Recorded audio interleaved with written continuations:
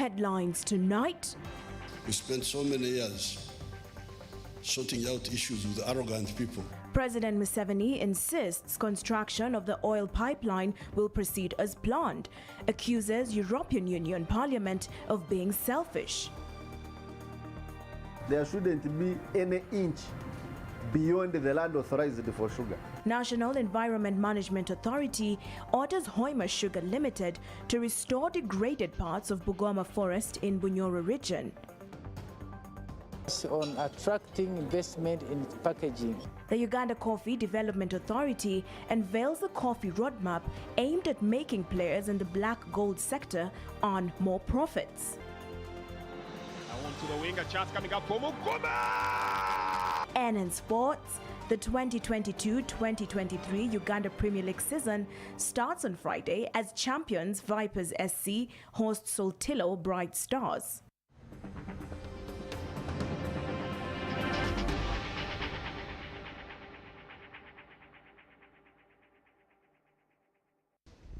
A very good evening to you. I trust your week is going well. This is CTV PM Edition with me, Melissa Mboha, and Isaac Luchamuzi on Sign Language.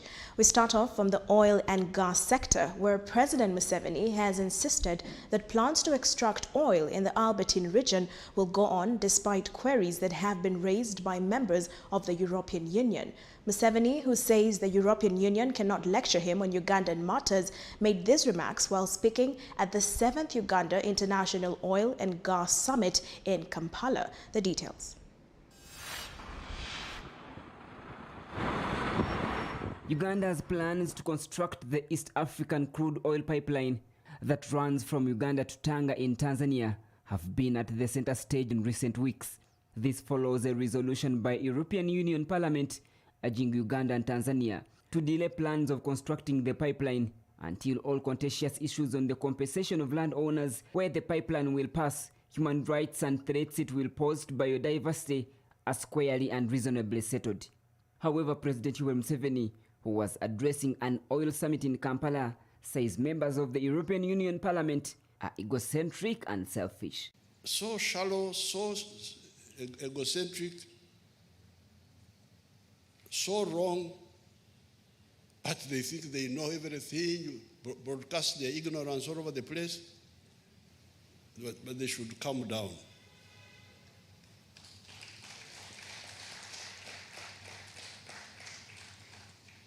Because this is a wrong battleground for them. We don't take kindly to arrogance. That's why we spent so many years sorting out issues with arrogant people. According to Museveni, Uganda and East Africa has people who are capable to handle matters of the region. When you go to this parliament, these are just young girls. Member of parliament,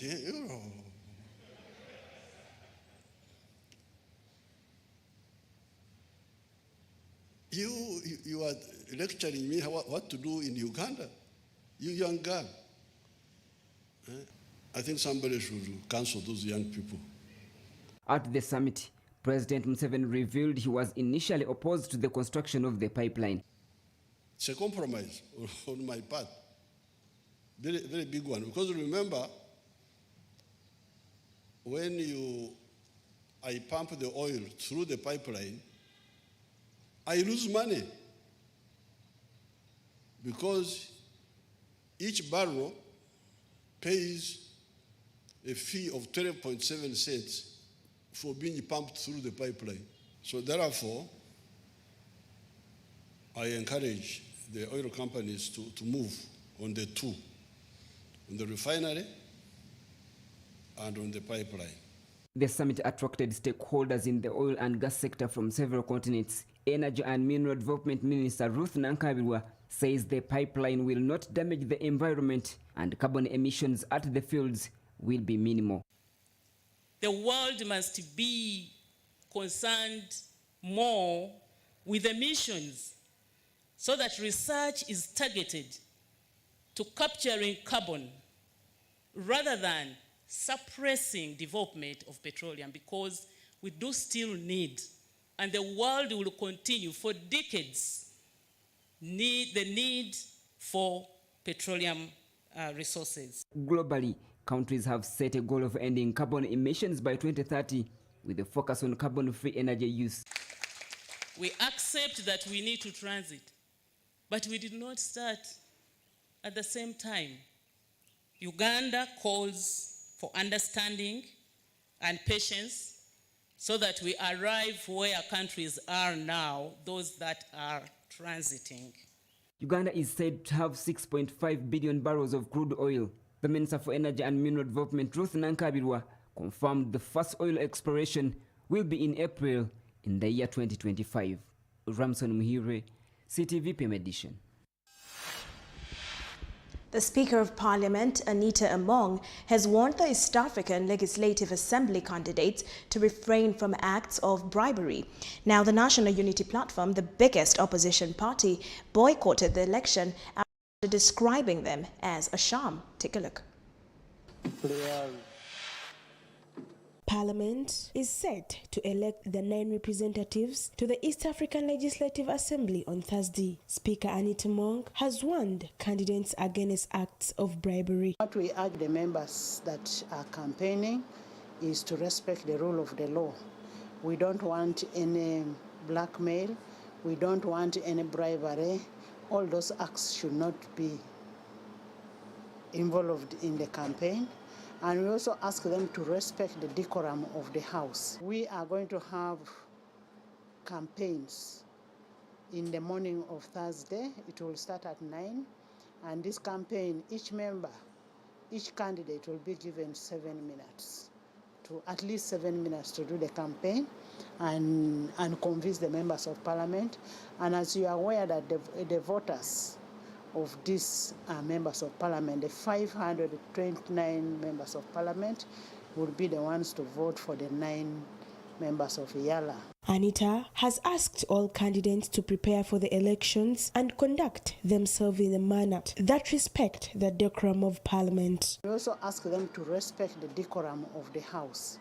As they come in on Thursday to campaign for that position of Yala, I wish all of them well, and will give all of them conducive environment for them to participate equally. She highlighted some of the guidelines that will be followed on the voting day as per Rule 14 of Appendix B of the Rules of Procedure. Thursday, September of this year, was gazetted by Parliament for election of Yala candidates. There are 9 Yala candidates. And it has been gazetted as per the law, as per the statute, and as per the rules of procedure of Parliament.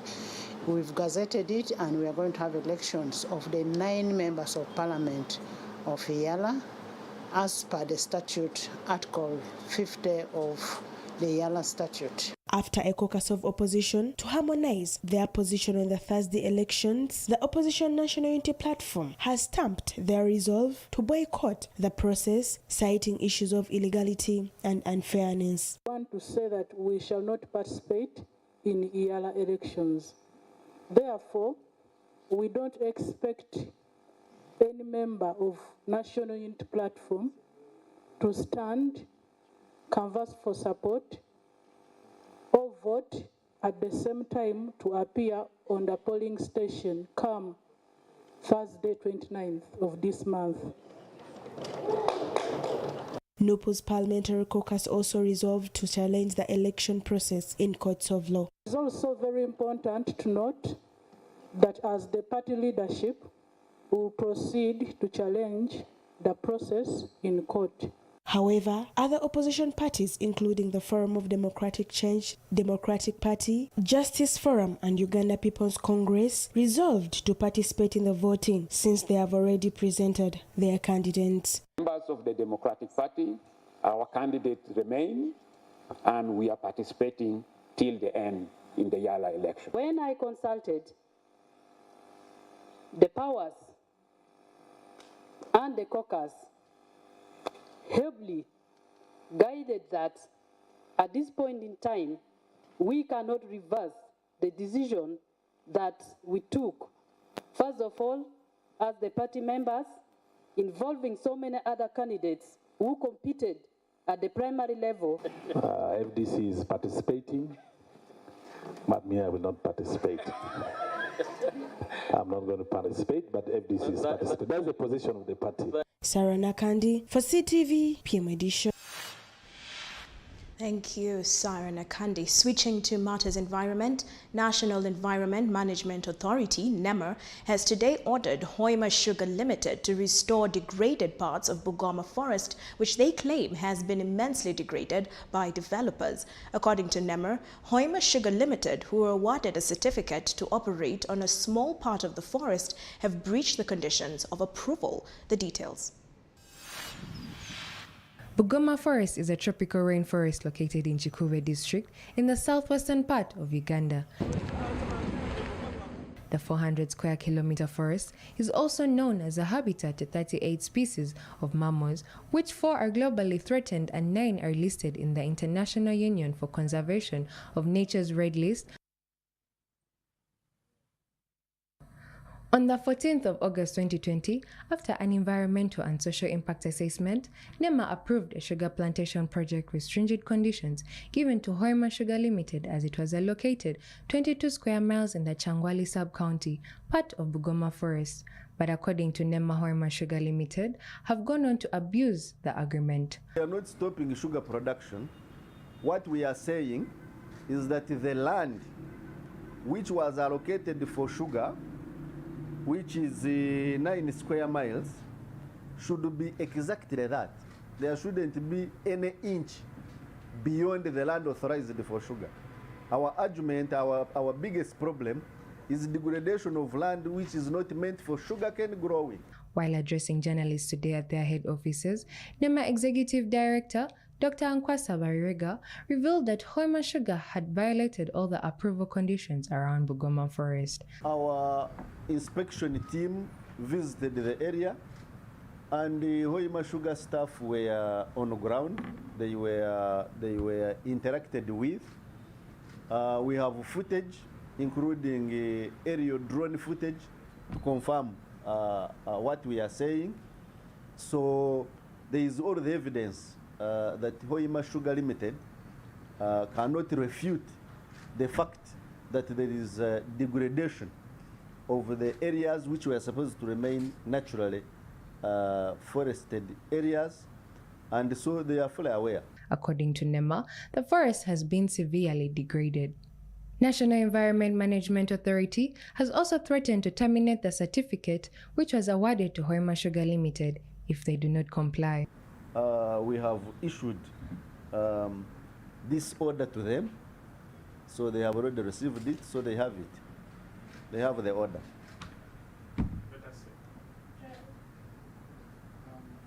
My name is The authority has also issued stringent guidelines to Hoima Sugar Limited to avoid any further damage to the environment. These include immediately stopping any further deforestation of natural reserved forest areas. No sugarcane should be planted in the natural reserved areas. Halt giving away 312 hectares earlier approved for an urban center. Restore all degraded areas. Prepare a restoration plan. Implement the restoration plan and permit third parties who may wish to participate in restoration.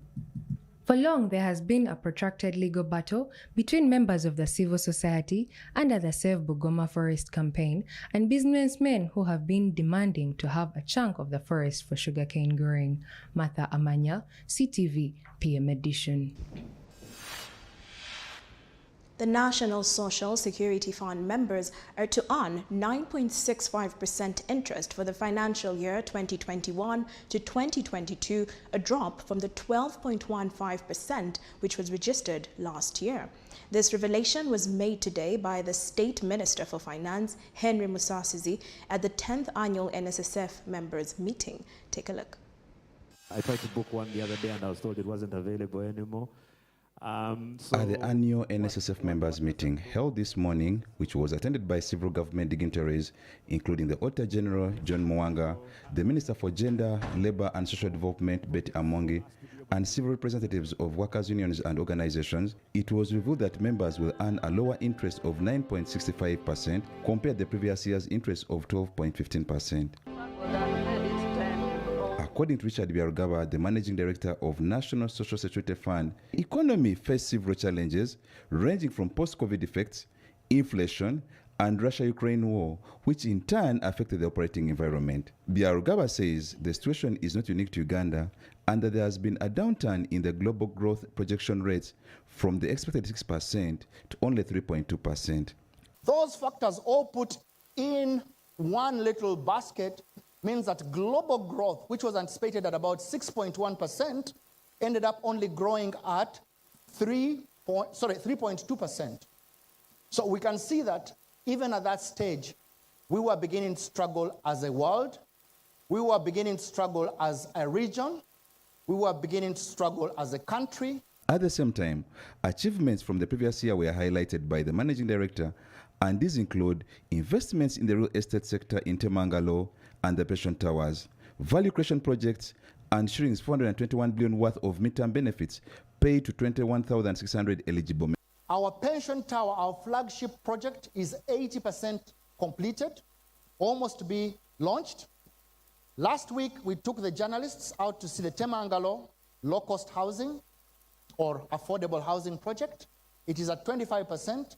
We've had so much good reviews on the social media and our members telling us that this is exactly the product they want. The fund also engaged in several corporate social responsibility projects, such as rehabilitation of 6 schools, helping AIDS patients access medication, and partnering with the Rotary Organization to improve the living conditions of almost 2,000 people. Peter Kimbowa, the board chairman Nssf Uganda, called for teamwork and technology-driven innovations to help the organization attain its goals. Being conversant as a board to ask probing questions around the investment and the strategy around technology, and be able to ask questions. Nobody expects most of the board members today to be tech savvy. No, we intend to do that. The National Social Security Fund holds the annual members meeting in line with its commitment, transparency and accountability to Nssf members, stakeholders and the public. Conrad Asimwe Arinitwe, CTV PM edition. Rushed is a bit of an exaggeration.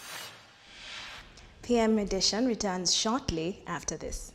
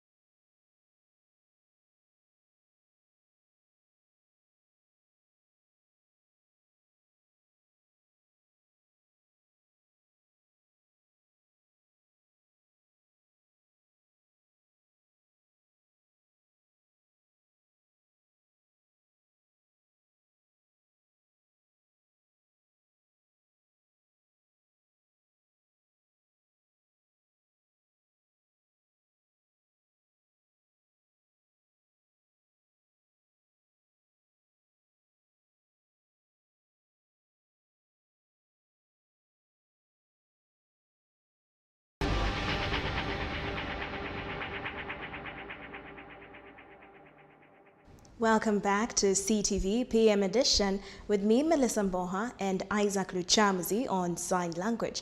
Moving on, the journey to Uganda's first drop of oil in 2025 is in full force as China National Offshore Oil Corporation, Sinnoc, Uganda, starts delivering the oil rigs following the completion of installing drilling conductor pipes. We have more from Chikube District.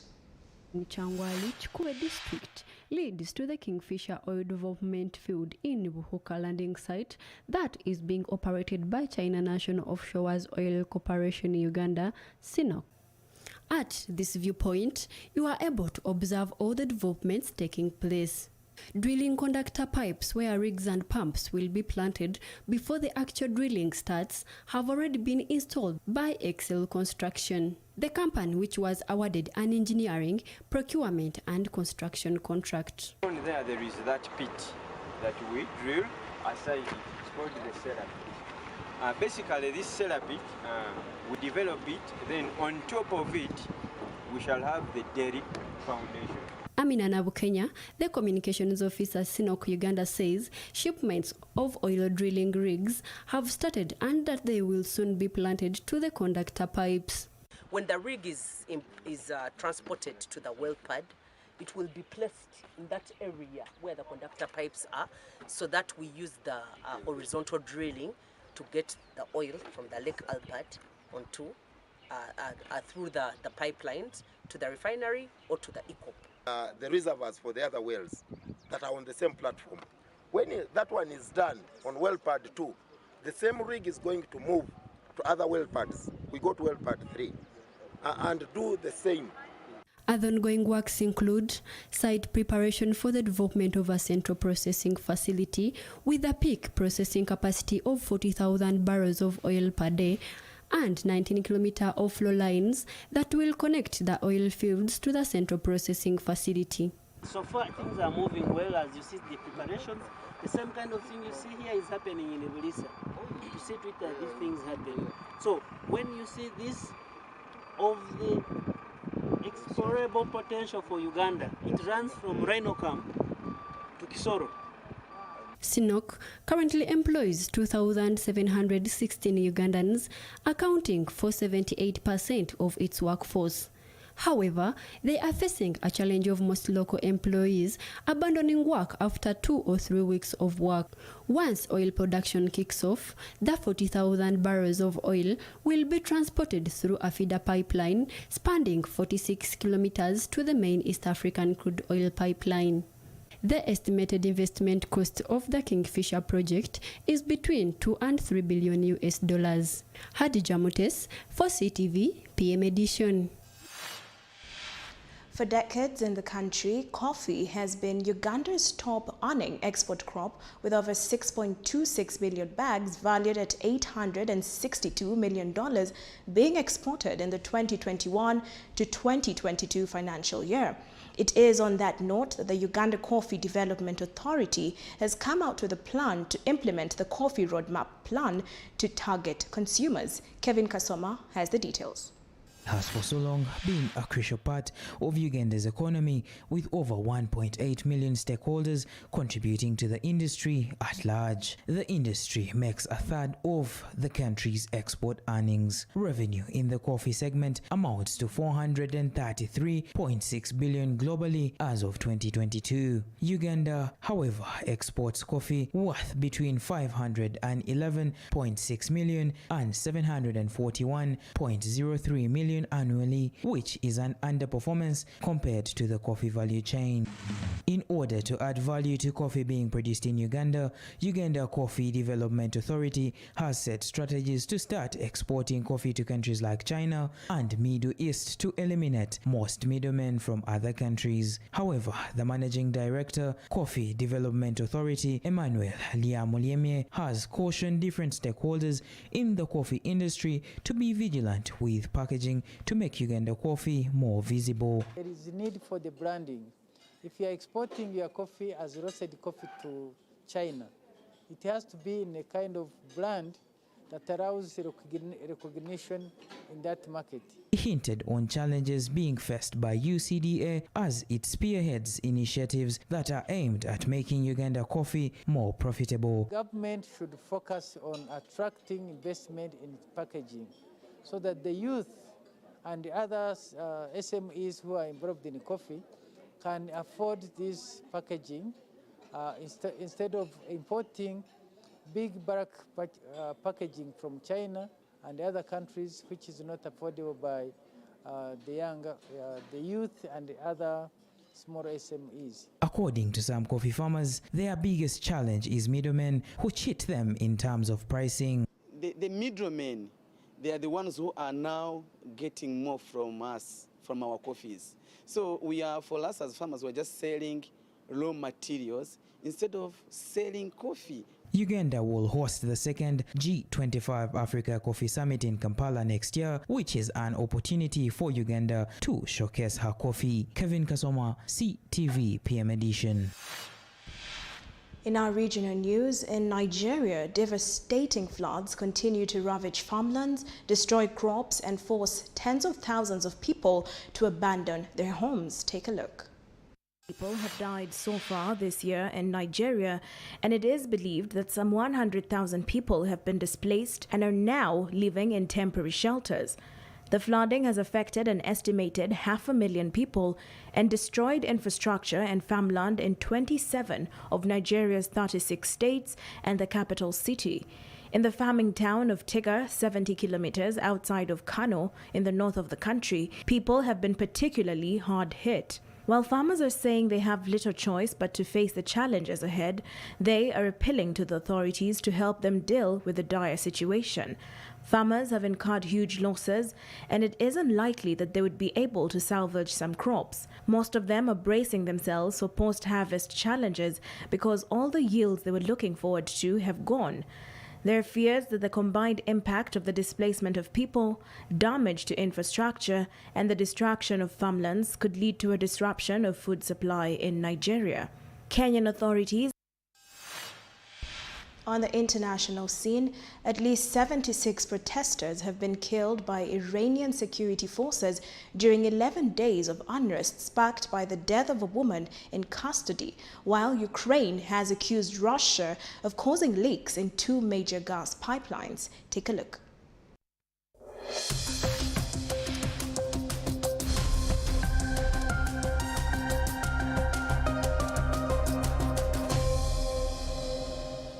Human Rights, a Norway-based organization, accused authorities of using disproportionate force and live ammunition to suppress the dissent.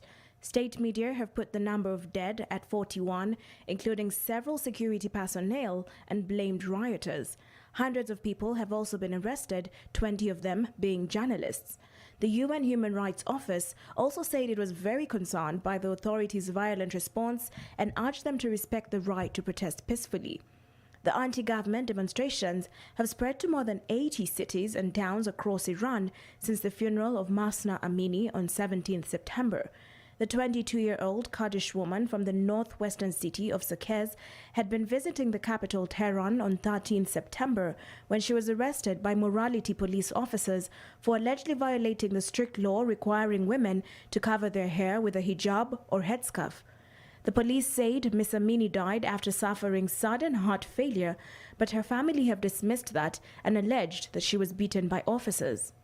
The protests against the morality police and hijab law triggered by her death quickly evolved into the most serious challenge that Iran's Shia Muslim clerical establishment has faced in years. Ukraine has accused Russia of causing leaks in 2 major gas pipelines to Europe in what is described as a terrorist attack. Ukrainian presidential advisor said the damage to Nord Stream 1 and 2 was an act of aggression towards the European Union. He added that Russia wanted to cause pre-winter panic and urged the EU to increase military support for Ukraine. Seismologists reported underwater blasts before the leaks emerged. The operators of Nord Stream 2 warned of a loss of pressure in the pipeline on Monday afternoon. That led to a warning from Danish authorities that ships should avoid the area near the island of Bornholm. The operator of Nord Stream 1 said the undersea lines had simultaneously sustained unprecedented damage in one day. Denmark's Defense Command has released footage of the leaks, which shows bubbles at the surface of the Baltic Sea near the island. The largest patch of sea disturbance is 1 kilometer in diameter.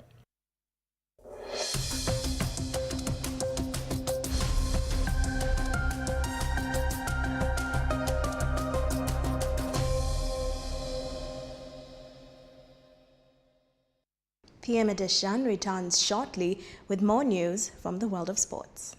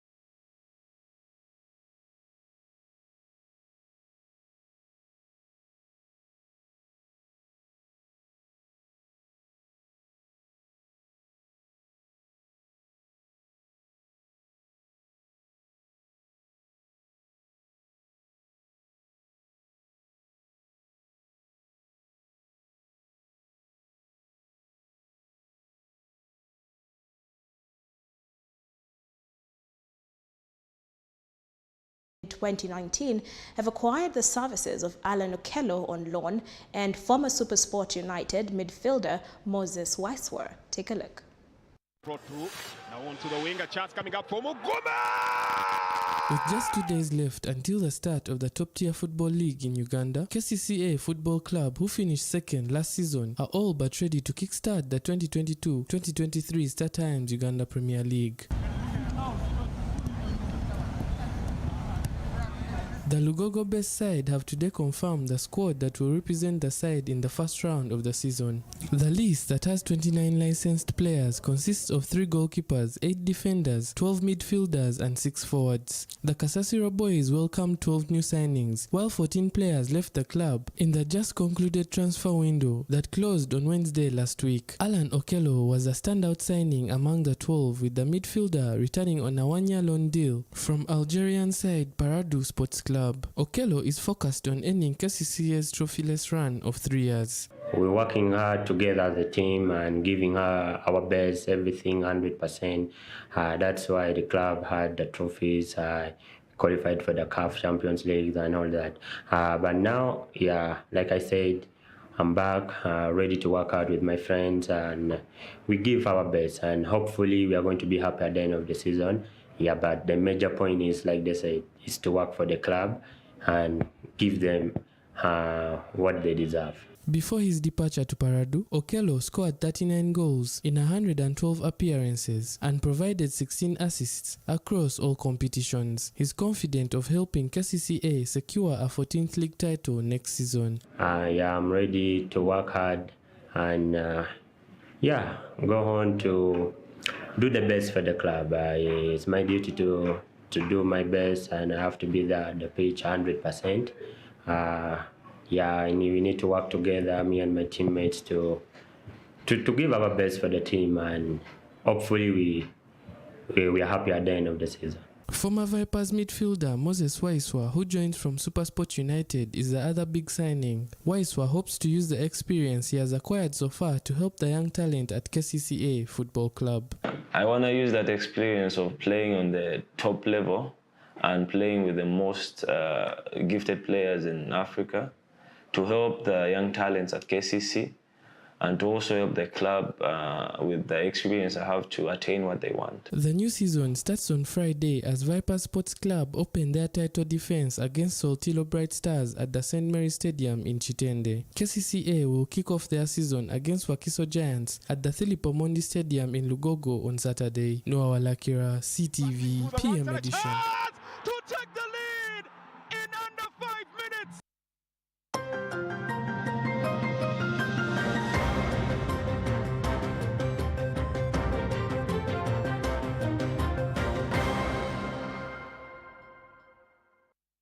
We have come to the end of tonight's edition. Thank you for staying tuned in, and thank you for keeping it CTV. Catch us here, same time, same place. More interesting programs are lined up for you after this, which you can catch on our website, that is ctv.co.ug, as well as on Star Times, and that's on channel 248. From the entire team, we wish you a good night and be blessed.